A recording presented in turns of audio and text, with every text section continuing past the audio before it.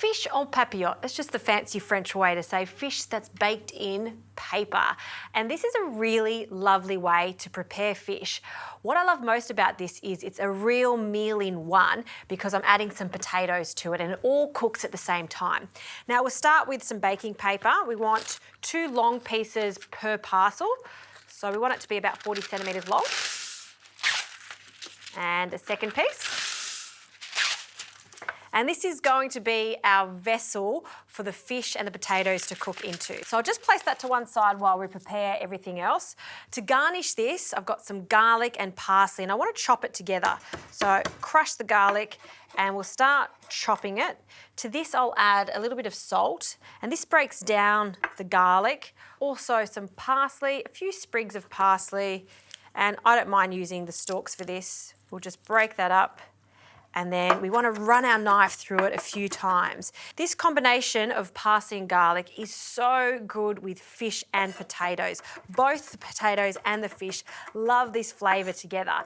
All right, on to the potatoes. Now, I love these charisma potatoes. They're an all-round potato and it has a really thin skin so you don't have to worry about peeling them. I also love the flesh. Look how golden and creamy in colour it is. The flavour is also creamy, so it goes really nicely with our fish. So you want to cut these quite thin. The thinner the better because you want it to cook in the same amount of time as the fish. And as we know, fish doesn't take long at all to cook. And you want about 4 or 5 slices per parcel. Okay, the fun part, which is assembling the parcels. We'll start with 1 piece of paper. To that we'll add our lovely potatoes and we'll just place them on the bottom. To that we'll add our piece of fish.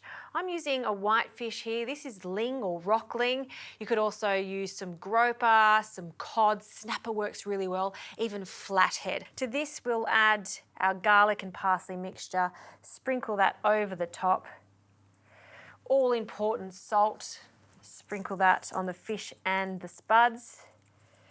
And some capers, some kalamata olives, and this is my preference, but the beautiful thing about this is you have the base of the potatoes and the fish, and then you can change it up. If you wanted a little bit of an Asian-inspired dish, you could add some coriander and some chili, maybe a splash of soy sauce. It really is up to you. You could add some cream, some white wine. So there's so many different ways of doing this. And if I'm super organised, I sometimes make this ahead of time, pop them in the freezer, and then all you need to do when you want a really quick dinner is take them straight from the freezer into the oven and they cook in no time at all. So a few tomatoes. Tomatoes are great for this because they're a little bit watery. So as they cook, they form a lovely juice for our packaging. Lastly, some olive oil. Drizzle that over the top and we're good to go.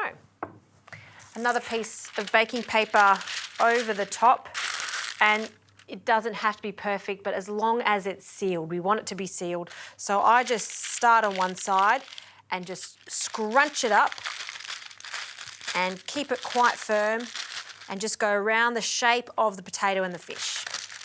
And turn it around and then keep folding it. You can see as I do this, I'm twisting and holding it with my finger so it seals it up. Okay. And that's what we're after. So it's going to steam and puff up in the bag, keeping all those lovely flavours inside. None of that's going to be released until you open it up. It's going to smell so good. So that's our first little package. Onto a baking dish. I'm going to make one more into the oven. These won't take long, about 20 to 25 minutes.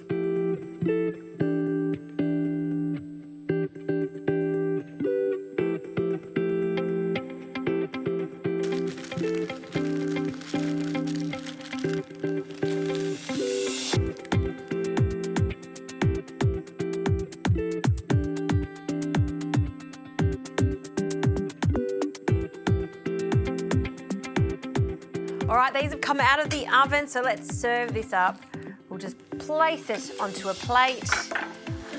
And it really is much more dramatic if you serve it on the plate and then open up just before eating it. So a little sharp knife will cut into that bag and then rip it open.